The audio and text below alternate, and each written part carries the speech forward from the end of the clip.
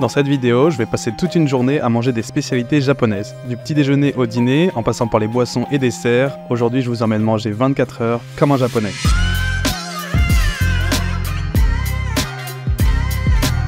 Mesdames et messieurs, bonjour à tous et bienvenue dans cette nouvelle vidéo. Aujourd'hui, on va aller manger toute une journée comme un japonais. Et pour commencer la vidéo, je me trouve aujourd'hui à Tsukiji Market. C'est ici que se trouve le gros marché aux poissons de Tokyo. Et on va tout de suite commencer par le petit déjeuner.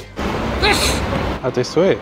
Bon alors j'ai aucune idée de ce que c'est que ça. Ça a l'air d'être un espèce de musée, un mémorial. Mais en tout cas, le restaurant que j'ai trouvé se trouve juste à côté. Et ils sont spécialisés dans les petits déjeuners. Bon ça y est, je suis arrivé dans le restaurant, il y avait une petite heure d'attente, c'est un restaurant qui est assez réputé et j'ai pris le fameux menu petit déjeuner, donc vous allez voir, c'est vraiment typique des petits déjeuners japonais de manger du riz. Moi j'ai pris du saumon, ça a l'air délicieux, le restaurant est très réputé donc je pense qu'on va se régaler. Je viens de recevoir le thé vert bien sûr, japonais. Alors comment est-ce qu'il faut faire? Oh waouh, ça sent super bon. Petit thé matcha. Le thé matcha, c'est le thé le plus populaire au Japon. C'est un petit peu caféiné, donc ça donne aussi le petit boost du café du matin. C'est très léger, c'est bon. Et on n'a plus qu'à attendre le repas. Putain, il ne faut pas être pressé, hein. J'ai attendu 1 heure avant d'être assis et là j'attends encore 20-30 minutes avant de recevoir le plat. Bon alors bien sûr les Japonais ne viennent pas comme ça au restaurant pour manger au petit déjeuner. Souvent c'est fait à la maison avec les restes, avec le riz qui reste de la veille et le poisson éventuellement. Et moi j'ai voulu vous emmener dans cette adresse parce qu'ici ils font des petits déjeuners traditionnels. Et donc, on va pouvoir goûter vraiment la base du petit déjeuner japonais. Arigatou gozaimasu. Pour ce petit déjeuner, j'ai un bol de riz, j'ai un petit peu d'omelette, les fameux tamagoyaki. Normalement c'est de l'omelette sucrée. La soupe miso. En supplément j'ai des petits accompagnements, ça a l'air d'être des algues. Et ça, je sais pas du tout ce que c'est. La pièce principale, le morceau de saumon. Bon, il fait un peu la gueule, mais je pense que ça va être bon. On va commencer par la soupe miso. Un goût assez fort, ça réveille, j'aime beaucoup. Et tout de suite, je vais attaquer le poisson. Le matin, le saumon, c'est le poisson de Schwab pour le petit-déj. Oh waouh! Ah, il est super bon. Je pensais qu'il allait être sec parce que vu juste au visuel, il a l'air super sec. Mais en fait, ça va. Il est très tendre. Et le goût est délicieux. On sent direct que c'est du poisson très très frais. C'est aussi pour ça que je suis venu à Tsukiji. On va goûter l'omelette. Tamagoyaki. D'habitude, je ne suis pas vraiment fan des tamagoyaki japonais parce que c'est une omelette sucrée. Mais là, le goût de l'œuf est très prononcé. C'est juste légèrement sucré. On dirait presque un gâteau. C'est très très bon. Voilà, je suis impressionné par le saumon. Pas du tout sec en fait. Je pense que c'est le meilleur saumon au four que j'ai mangé de ma vie. Délicieux. Ça valait l'attente. Le riz est bon, sans plus. J'ai des petits accompagnements là. Je sais pas trop ce que c'est. Oh wow. Ça c'est un peu le goût de betterave. Des petits légumes comme ça. En général, les Japonais mangent très varié. Et il y a souvent des petits accompagnements comme ça dans des coupoles. C'est souvent des légumes fermentés. Très très bon pour la santé. Ça c'est bon ça. Ça a un goût de pruneau, mais j'ai l'impression que c'est des algues. C'est fort en goût. Et tout ça, en fait, ça va super bien ensemble. Et on sent vraiment l'harmonie dans ce plat. Moi, j'adore manger salé. Si je pouvais, je mangerais salé tous les matins. C'est bon, c'est simple, c'est varié. Parfait pour commencer la journée. J'ai une arrête. Faire attention. 2 arrêtes. 3 arrêtes. Bah, écoutez, je crois que j'ai encore trouvé une bonne adresse. On sent qu'on est dans un restaurant un peu luxueux. Et pourtant, c'est pas si cher que ça. J'en ai pour 1430 yens, donc à peine 10 €. Pour un petit déjeuner dans un restaurant, ça reste raisonnable. Bon, c'était bien bon, mais le petit thé matcha là, il va pas me suffire. Il va me falloir mon café. Comment est-ce que les Japonais boivent le café? J'ai envie de dire que la plupart du temps, peut-être 75% du temps, ça va être un distributeur. Il y a des distributeurs tous les 50 mètres ici, c'est impressionnant. Distributeur automatique, j'entends. Et vous pouvez avoir tout ce que vous voulez, des cafés, des sodas, des thés. Je vais trouver un distributeur et on va aller se boire un café. Je voulais vous faire une séquence où je filme plein de distributeurs à la suite, au ralenti, etc. Mais en fait, c'est quand on cherche des distributeurs qu'on ne les trouve pas. Depuis tout à l'heure, j'en trouve pas un seul. Bon, voici mon distributeur. Je vais me prendre un petit café. Donc vous voyez, quand c'est bleu, ça veut dire que c'est froid. Et quand c'est rouge, c'est chaud. Donc on peut avoir un café chaud. Café noir, bien entendu. À la vôtre. Je vais me poser dans un parc, là, 10 minutes. et ça va être le temps parfait pour pratiquer mon japonais sur Rosetta Stone. Depuis que j'ai déménagé au Japon, je suis vraiment passé à la vitesse supérieure dans l'apprentissage de mon japonais. J'ai vraiment envie d'avoir un niveau confortable, que je puisse avoir des discussions avec les japonais et m'intégrer encore plus dans la société. Et pour ça, j'essaie d'utiliser un maximum de ressources différentes pour accélérer mon apprentissage. Le matin, je me pose sur mon bureau, papier crayon et j'apprends mes kanji. Je révise de manière hyper scolaire, j'écris mes kanji et je les apprends un par un. Le soir, je me pose sur Netflix et je regarde une série en japonais avec les sous-titres japonais. Mais pendant la journée, dès que j'ai 10 à 15 minutes de pause, je sors mon téléphone et je bosse sur Rosetta Stone. Je peux être dans le train ou dans un parc comme aujourd'hui et c'est juste le temps pour moi de faire une leçon sur l'application.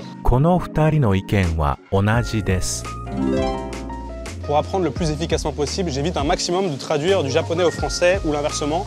J'essaie de me plonger vraiment à 100% dans le japonais et petit à petit, je commence à comprendre des mots, des phrases. Et c'est une des raisons pourquoi j'aime beaucoup Rosetta Stone. Dans l'application, aucune traduction en français, c'est que du japonais, des phrases de japonais, des mots de vocabulaire japonais et on comprend le sens d'après des images et des contextes. C'est exactement la même façon que les enfants apprennent leur langue maternelle et selon moi, c'est la meilleure façon pour acquérir une langue. Alors si vous êtes intéressé par cette méthode, en passant par mon lien en description, Rosetta Stone vous offre moins 50% de réduction sur tous les abonnements, y compris l'abonnement à vie qui contient les 24 langues disponibles sur l'application, de quoi vous permettre d'explorer de nouvelles possibilités à l'avenir. Merci à Rosetta Stone pour leur soutien et moi je vous propose de passer à la suite de la vidéo.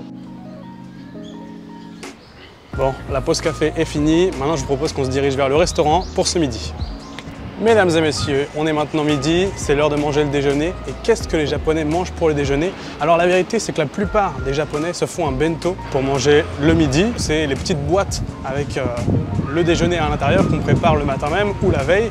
Moi, je ne me suis pas préparé ça, je vais aller dans un restaurant.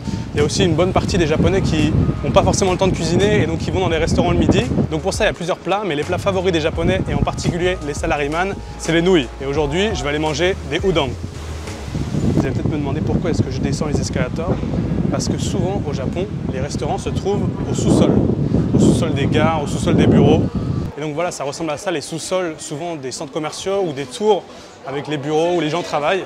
Vous pouvez voir des magasins, il y a des supérettes, il y a même des restaurants qui vendent des bento directement ou des restaurants de ramen, c'est assez populaire. On a même des boulangeries, Deli France, pour un petit sandwich, pourquoi pas. Bon alors en fait, je voulais vous emmener manger des udon, mais il se trouve que le restaurant a été réservé par un groupe d'Américains. J'ai un peu le somme de m'être fait devancer par des Américains. Mais écoutez, on va aller chercher autre chose, c'est pas grave. Bon, pour rester dans le thème, je vous disais que les nouilles étaient assez populaires pour le déjeuner. Donc forcément, il y a les udon, les soba et les troisièmes, vous les connaissez bien parce que c'est mes préférés, les ramen.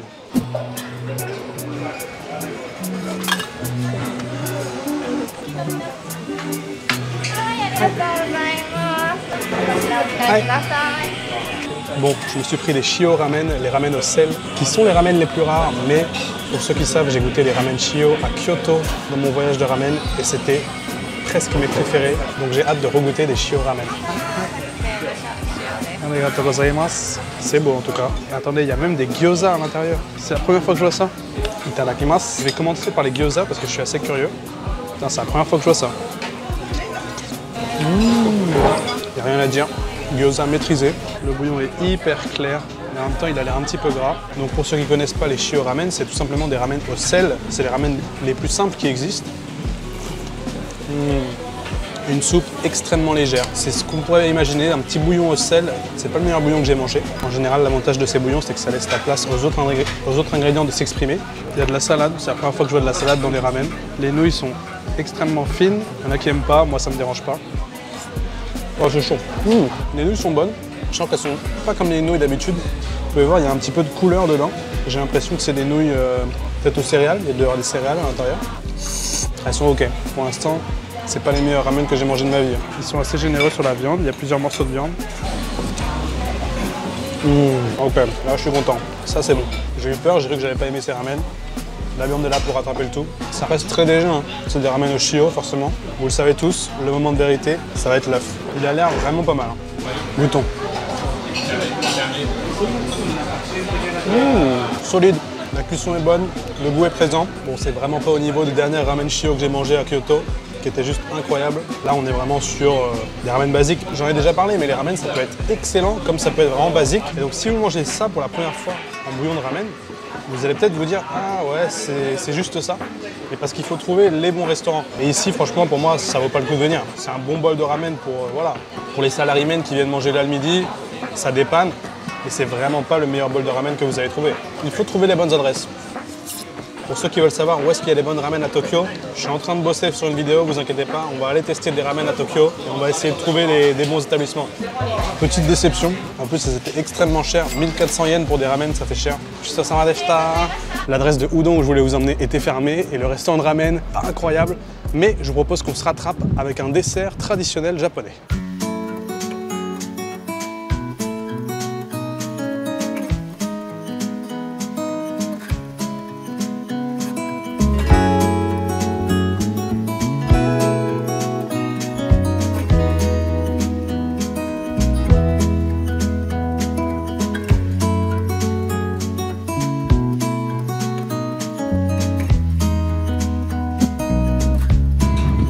Bon, il y a un petit peu la queue, je vais attendre. On peut voir tout le processus de comment ils font. C'est à l'ancienne.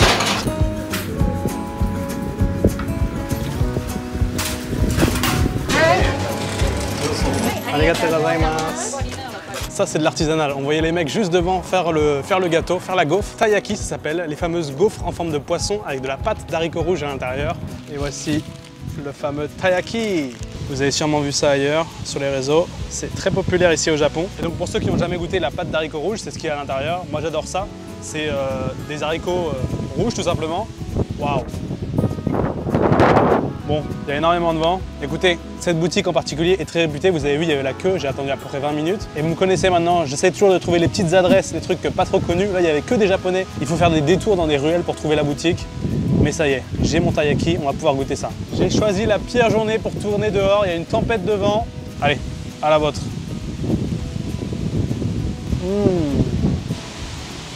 Il faut essayer absolument si vous venez au Japon, les desserts à base de pâte d'haricots rouges en général. Soit on aime, soit on n'aime pas. Alors, je sais pas si vous m'entendez là,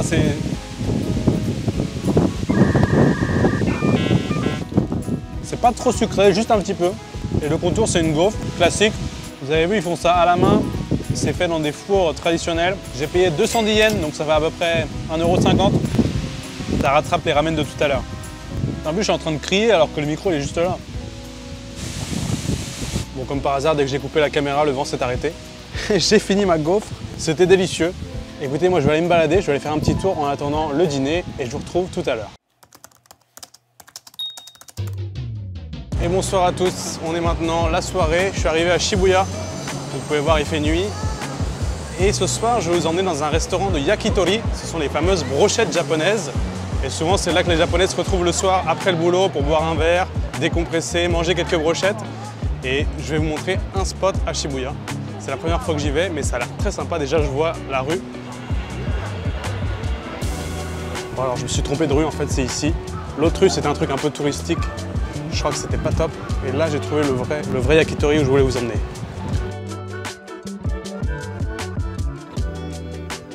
Je sais pas dans quoi je me suis retrouvé, mais je monte dans l'ascenseur, il y a des lumières dehors.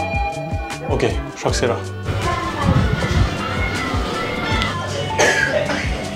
Bon, on n'est pas si mal au final là. Alors ça s'appelle un izakaya, c'est ici qu'on vient boire des coups, c'est les bars japonais. Et on peut surtout manger des brochettes. Donc là j'ai le menu. Ils n'ont pas de brochettes. Bon, s'ils n'ont pas de brochettes, j'hallucine. Hi. Ah, so desu ka. Ok, ok. Ils veulent pas que je filme de vidéo. Donc écoutez, je vais finir ma boisson et puis on va aller trouver un autre restaurant. Bon, mesdames et messieurs, ça y est, j'ai enfin trouvé un restaurant. J'espère qu'ils vont rien dire pour la caméra. Je suis accompagné cette fois-ci de William. Écoute, ça fait plaisir d'être accompagné ce soir. On va se régaler. J'espère, c'est le troisième restaurant que j'essaye de filmer. Les yakitori, qu'est-ce que c'est? C'est des brochettes japonaises, vous les avez forcément vues quelque part. Il y a du poulet, il y a du bœuf, il y a des oignons, il y a tout sur le feu. Je vais pouvoir vous montrer en plus, il est juste là, ça va être magnifique. Qu'est-ce que tu veux manger, William? Je sais ce que je veux voir. Allez, vas-y, on commence par la boisson. Moi, je suis chaud aussi, un petit verre. Les monsters, vas-y, je te suis. À moins qu'il y ait du vin, mais moi, tout est écrit en japonais, bien sûr. Mais nous savons lire le japonais. On sait à peu près lire le japonais. À quelques exceptions près. Bon, on va commander 2-3 trucs et on vous reprend tout à l'heure. Lemon sour 2つ, liba 2つ. Ah, tare. J'ai pris 2-3 trucs, j'ai fait un petit mix, on sait pas trop. Tu sais, quand tout est écrit au japonais, des fois tu essaies de lire chaque ligne et puis au bout d'un moment tu dis vas-y c'est bon. Ça, et puis on verra bien. Il y a des karaage aussi, gros. Karaage mo Hitotsu onegaishimasu. Qu'est-ce qu'on boit ce soir, William? Lemon sour, le classique. Exactement. C'est quoi l'alcool dans une lemon sour? Personne ne sait. J'avais posé la question. C'est une limonade alcoolisée, quoi. À la vôtre. Bah, William Kampai. C'est léger, hein? ouais, carré. Enfin, c'est juste... Oh shit, on a un accident là. Et on a eu de la chance, on a eu les dernières places au comptoir là. Je pense que les sièges là-bas doivent être réservés. C'est nos brochettes qui arrivent là-bas. Toutes nos brochettes sont sur le feu là. Je suis plutôt fier de moi là, j'ai trouvé une petite adresse. Ouais, honnêtement là, c'est validé. Hey. Allez, bon alors ça, il faut aimer. C'est les brochettes au foie. Moi j'adore ça. Bah écoute, je te propose qu'on attaque. Itadakimasu. Commencez par un monsieur.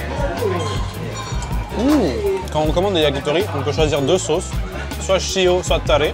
Donc shio, c'est juste du sel, comme là. Et tare, c'est une espèce de sauce soja un peu sucrée, je crois. Exactement. Donc là, vous avez les yakitori tels que vous les connaissez sûrement. C'est les plus connus, c'est celles au poulet. Arigatou gozaimasu. Et ben, on a de quoi faire là. Boulettes de viande. Hop. Ah oui, goûte. Oh, ça c'est bon ça. T'as vu? Oui. Moi, je vais goûter une petite poulet là, le classique. Belle victoire là. Oh oui, bien assaisonné, bien cuit, pour accompagner le negi, l'oignon japonais. C'est un peu yuzu. Ah ouais? Ouais, c'est citronné. Ah, hi. Ça, mesdames et messieurs, c'est le classique, le poulet frit japonais, le karaage. Ça risque d'être chaud. Non, ça va. Ok, c'est chaud, mais il est incroyable.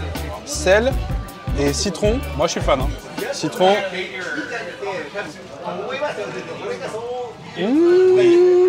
Oui, mais c'est là. On en a une dernière. Ça, je sais pas ce que c'est, un peu bizarre. La dernière. Alors des fois, il y a des trucs bizarres. Genre de la peau de poulet, par exemple. Je trouve ça super bon en vrai. Mais Un peu écœurant, mais super. moi, je peux pas. Ah ouais? Je comprends. C'est Mais- pas pour tout le monde, je vois. Ça en est pas, ça? Si, ça en est. En fait, c'est bon, celle-là, parce qu'elle est pas frite. La peau de poulet frite, ça, je peux pas. Ah, je vais me refaire un karaage, moi, ils sont excellents. Bon, mesdames et messieurs, écoutez, je vous ai montré un petit peu les yakitori japonaises. C'était bon, on s'est régalé. C'est un peu le classique, le soir, on se pose, on boit un verre, on mange des petites brochettes, on discute. Et voilà, quoi, c'est la base. On en a eu pour 5500 yens, ça fait à peu près 2750 yens chacun. Je pense à peu près 18-19 euros. C'est un petit peu cher, mais bon, les izakaya en général, c'est dans ces prix-là. Surtout quand on commence à prendre de la nourriture, des boissons, etc. C'est un petit peu le classique, je vous l'ai dit, le soir pour manger, pour boire un coup. En tout cas, j'espère que cette vidéo vous aura plu. C'était une journée dans l'assiette d'un japonais. Moi, je vous retrouve très vite pour les prochaines vidéos. Et encore merci à Rosetta Stone pour leur soutien. Si vous voulez en apprendre davantage, n'hésitez pas à cliquer sur le lien en description.